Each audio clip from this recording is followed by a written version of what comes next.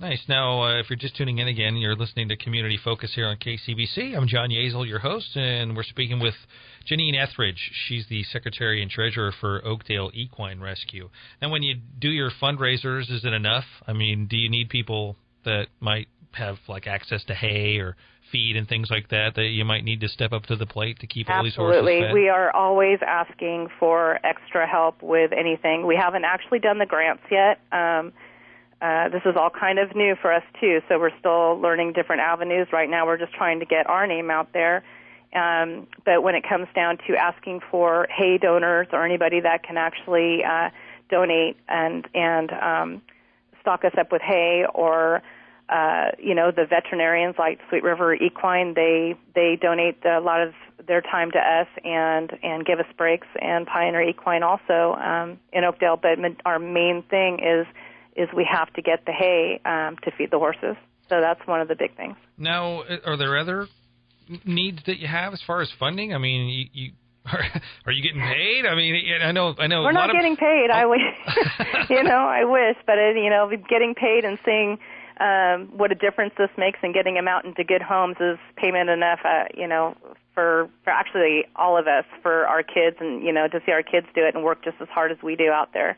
But the needs we need are basically, hay, feed, funding for veterinarian costs. We have 2 horses that need to go into, one has to have surgery. She's a 9-month-old filly. Her name is Marigold. She has a hernia that needs surgery, so that's going to cost us several hundred. And then we have also another horse that has leg problems that we need to go in there and have him looked at also. And we do go up to UC Davis, and they are wonderful and help us out the best they can, but we do need to pay for it. Do you think that the things you're doing on the Internet, like your Facebook page and the likes, are helping you? Are you getting any reaction from people out there that might find you by accident that I have step up to say the plate? Facebook has been wonderful.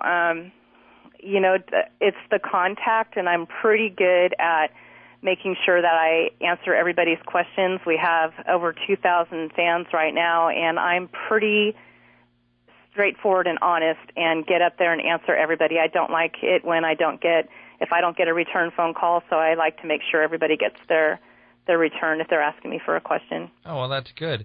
When you started doing this just about a year and a half ago, you said, did you find that there's a community of people like yourself out there that are doing this? Do you rely on other people that have been doing this for a while for advice and maybe for help from time to time?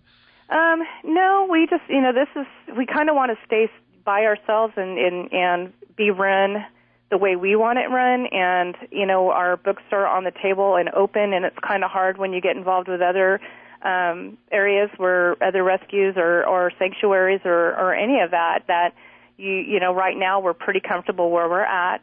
I got to give anybody credit that actually takes in any animal and helps them out. So I got to give credit to everybody for that also. Right. No, I can imagine where you would want to try to disassociate yourself from somebody that you may or may not know. I was just curious as to whether or not you came across more people that were maybe commending of what it is you guys do after you got started, that maybe thought that there was something they couldn't do but wanted to do, and where you guys are doing it.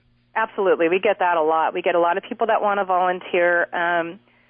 The volunteering problem that we have is we can't have them come out to the property just because of liability reasons, and so we're pretty strict on that. We're looking for people, if they want to volunteer to help us raise funds or run fundraisers or get out there and put the word out for us, whether it be flyers or whatever, or just whatever they can that's going to kind of push our name out there. Now, when you talk about the abuse that you see through some of these horses that you encounter, and this is a good time as any for me to ask you about that video that you watched. You were on the news story that I saw. Right. And I just saw this, what seemed to me just egregious, heinous acts against animals where these guys were, shooting cocaine and methamphetamine into these horses to make them run faster, and then there's thousands. And I don't like to point fingers, but it seemed to me everybody on that video I saw looked like they might have been an illegal alien possibly, and they were running illegal horse races. Now, I've actually had a friend of mine where I was talking to him at a party a couple years ago. He was telling me that this was going on the property right next door to him every weekend, and it was driving him insane because there was, not just the illegal horse racing going on, but all kinds of other vices. We're talking drug use, prostitution, fights, people getting shot, things like that. Have you encountered that at all yourself, other than this video that you watched? The video was the first time I saw that. I was shocked. I had no idea that was even going on. I mean, definitely if it was my backyard or somebody, my next door neighbor, then yeah, I'm gonna make that call and make sure, something gets done by it.